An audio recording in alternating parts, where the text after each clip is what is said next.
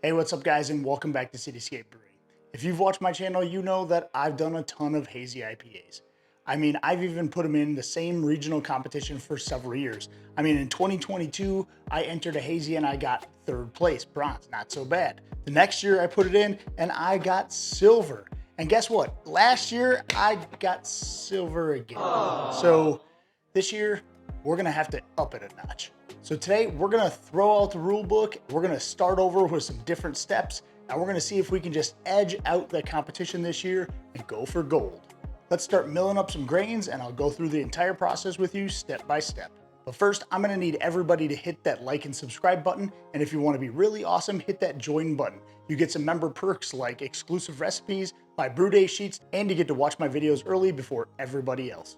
So hit that like and subscribe button, grab yourself a beer, and we're gonna get after it.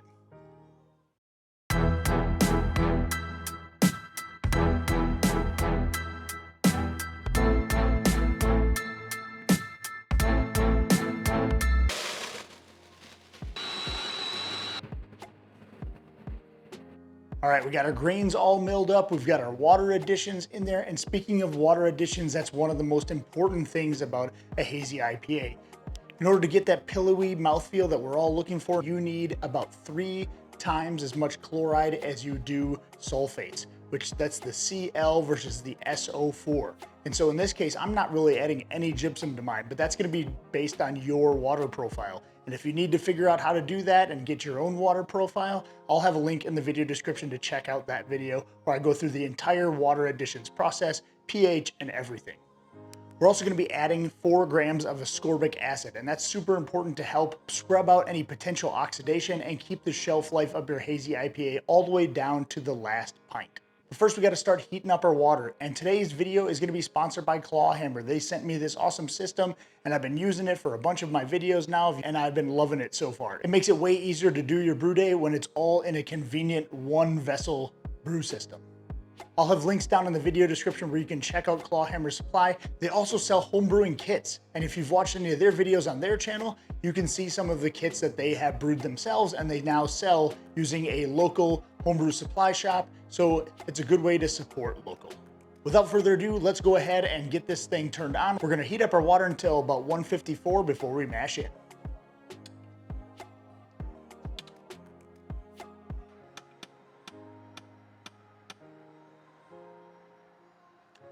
I also like to recirculate the water at this time. It kind of helps dissolve some of those water additions if you didn't stir them up real good, and it keeps that temperature consistent all the way through the water so you don't overshoot or undershoot your mash temperature. While that water is warming up, let's go ahead and talk about this recipe a little bit. We're gonna be using a very similar hazy IPA recipe as I did before. Of course, we got silver, so we don't wanna tweak it that much.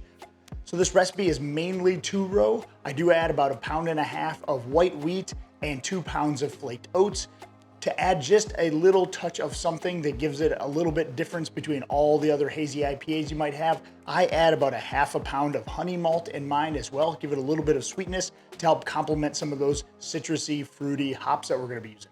We're also gonna add just a little bit of Carapils malt, which will also give some of that body and help with some head retention. And then rather than adding lactic acid into my water, which I could have done, I did have a little bit of acidulated malt on hand. I really didn't need to add too much of that, so it's just a couple of ounces in order to bring that down to the desired pH for this, which is 5.4. For the yeast, I'm using my go-to hazy IPA yeast. My favorite that I've used so far, and I've used a ton of them, is White Labs WLP 066, which is London Fog Ale yeast. This is by far one of my favorite hazy IPA yeasts. It makes a really, really delicious beer. For hops, we're gonna use an absolute ton of them. And we're gonna mix it up with some whole leaf hops that I already have, which if you don't have those, it's totally fine. You can go ahead and use pellet hops. They're all the same. But we're gonna be using Citra. We're gonna be using those crush hops from my last hazy IPA when I used all crush hops. In this case, we're gonna let them play together with that Citra, and we're also gonna be adding some of those Rakow hops from my New Zealand IPA video that I just did also, which was really good. I'm also gonna be adding some Centennial hops because believe it or not, Centennial has one of the highest oil compounds of any hops. And then along with the Rakow and the crush hops, and let them all play together and give us those tropical, stone fruit, floral, piney, all that all together, and hopefully come out with an amazing beer. I actually found a website that I'll put on the bottom of the screen here that you can go check out that will help you find what hop oils are in what type of beer. I mentioned this in a recent video where we talked about the characteristics of beer and how to look for those type of oil compounds and flavors when you're searching up for different hops. But this is a website that actually lets you compare those hops to other hops to see how you might pair them together to come up with a flavor that you're going for your beer or to meet a BJCP style guideline. As you can see here, I'm comparing what Citra, what crush hops, and what Rakow hops have all together. And you can see it's now gonna hit a variety of those citrus flavors, those stone fruit, and tropical flavors. So it's all gonna mix in really well and complement each other at the end of the day.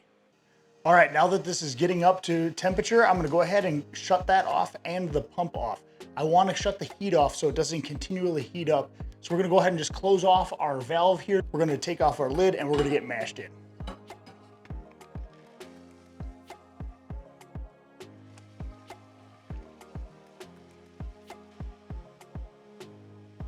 Make sure you mix that really good around. We don't want any dough balls in there. All right, once you're good and mixed in, we're gonna put that lid back on. We're gonna turn back on our pump and get this thing recirculating. Another one of the awesome positives of the claw hammer system is it has this recirculation lid, so we can just go ahead and turn that pump back on. The temperature, as you can tell, remained very, very consistent at 154, which is what we're shooting for this. But we'll go ahead and we'll turn this heat back on. That will keep it right within those couple of degrees to make sure we're at our mash temperature the entire time. And while that's happening, this is also just recirculating under the lid. It's really, really helpful to make sure all those good sugars get pulled off of those grains. Just an awesome thing to have on a brew system. Almost forgot to add our ascorbic acid. We're gonna go ahead and put that right in the mash. So we do set a timer for 60 minutes. We're gonna be doing a 60-minute mash. And we'll just stir this 2-3 times throughout that process just to make sure that all those grains are getting really, really spread out and all those sugars are getting off of them. All right, our mash is done. I'm turning this up to 170 degrees to go ahead and mash out. All right, the mash is all done. We're gonna go ahead and get our grains out of here by slowly pulling this thing up. This is a pulley system that makes it way easier than claw hammer sells for their system. You can check that out and get one for yourself. For this much grain, I'm just pulling out a little bit at a time and letting it drain down a little bit. And then we will let it sit here for quite a while and let it drain out because you want to get all of that sugary water out for our wort.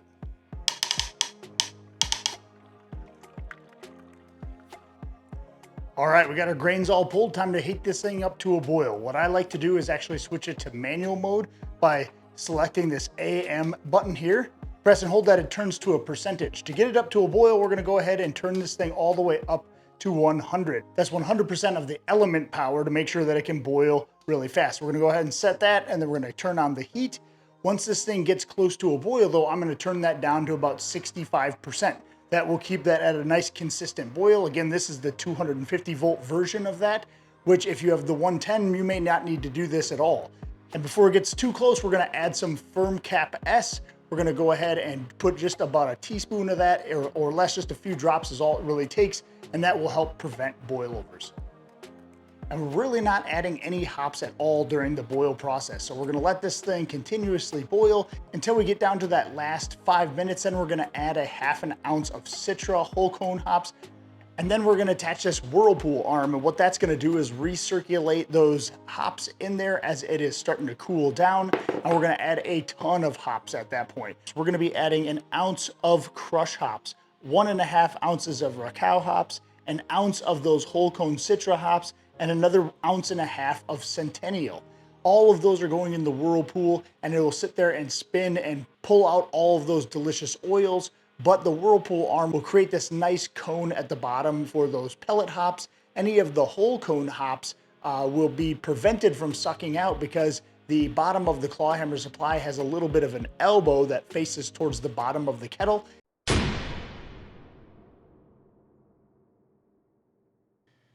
Well, that's not good. Well, our beer is in the fermenter, but it didn't exactly go as I had hoped.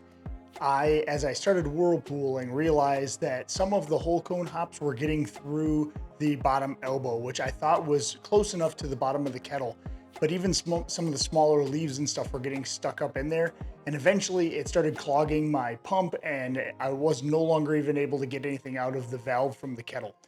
In the future, I really should have put something like this on there, which is a bazooka screen, which could have kind of acted as a filter, or even better yet, used a larger hop spider like this one for the whole cone hops. The pellet hops would have been just fine going through the pump, and the chiller, no problem whatsoever. I've done that a million times with tons of hops, and that's what that Whirlpool arm really specially does. But today I think I've got a lot more of my hop resin because I actually had to bust out my immersion chiller just to get the thing cooled down. And then I had to use literally a siphon to siphon a lot of this wort back into the fermenter. I got a little over 5 gallons, which is what I was shooting for anyway. And my gravity, surprisingly, is right on point at 1.067. I think it's actually at 1.068, so it's just over that. So we actually had a good brew day minus the one hiccup, but I'm glad it happened because I wanted to show you guys that, you know, even as many times as I've brewed, we're gonna make mistakes. And this is a learning experience for me, especially with the claw hammer. The hop spider definitely is a must the next time I use whole cone hops for sure. And I'm growing hops in the back, so I'm glad I figured this out now. But without further ado, let's get these other hops that I'm gonna be dry hopping with into this fermenter, and then let's get it chilled down and we'll pitch some yeast. So I have 2 bags of dry hops in one round. One is the 1/2 ounce of the whole cone Citra hops. Again, I put this one in a bag, and then that's gonna magnet on the outside here. After I put this in, I get it right up close to the top, like this, and I just attach that with a magnet. And then again on the other side, same thing, except for we have 2 magnets because we have a lot of regular hop pellets. So I'm gonna do that same exact thing with this bag here. So we're gonna go ahead and pitch our yeast. After fermentation is about 24 to 48 hours in, and we got a nice thick krausen on the top, and then we're gonna dump these hops right in and get those oils mixed in for biotransformation. All right, we are back and our hazy's done.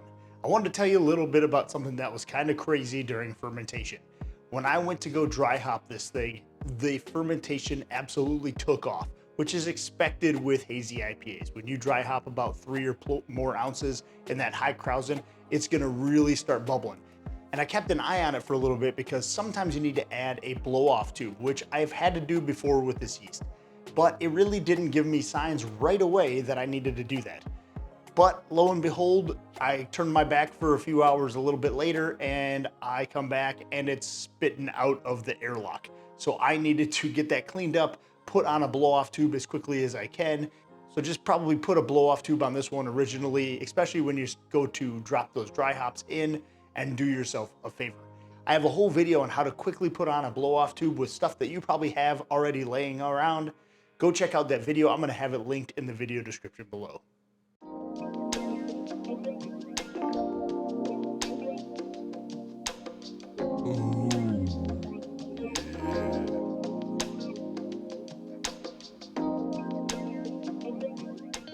Damn, she's thick and creamy and golden and delicious.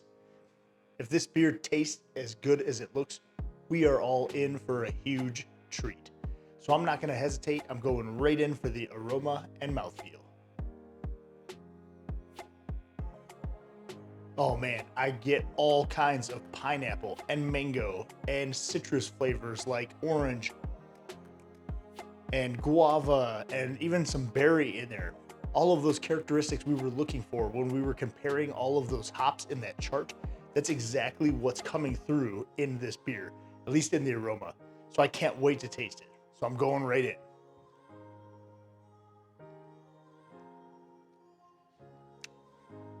Oh man. That's one of the better hazy IPAs I've ever made in my life, if not the best hazy IPA.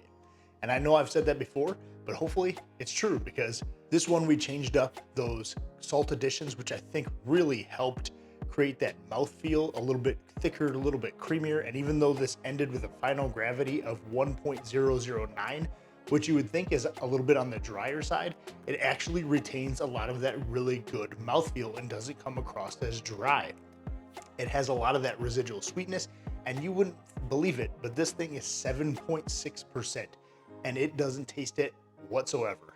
So it really should be damn she's thick and dangerous. For real though, this thing is amazing, and one you definitely have to try to brew. I'm gonna enter this thing in a bunch of competitions because it's probably that good. And hopefully, well, we'll see if it comes out with gold. As always, the entire recipe is gonna be in the video description below, so you can go and check that thing out and brew it yourself.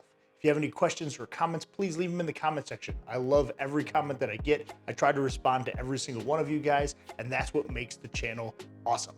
Speaking of awesome, if you want to be really awesome, hit that join button, get those member perks, including those exclusive recipes, those brew day sheets, and my videos early as they drop. And don't forget to hit that like and subscribe button. It helps out the channel a lot. With that, happy brewing and cheers. Hey, thanks for watching my video. You're awesome. You want to be even more awesome? Hit that join button and become a member. You'll get exclusive members-only recipes and other perks like brew day sheets, and watch my videos early as they drop before anyone else. So hit that join button below, become a member, and be awesome.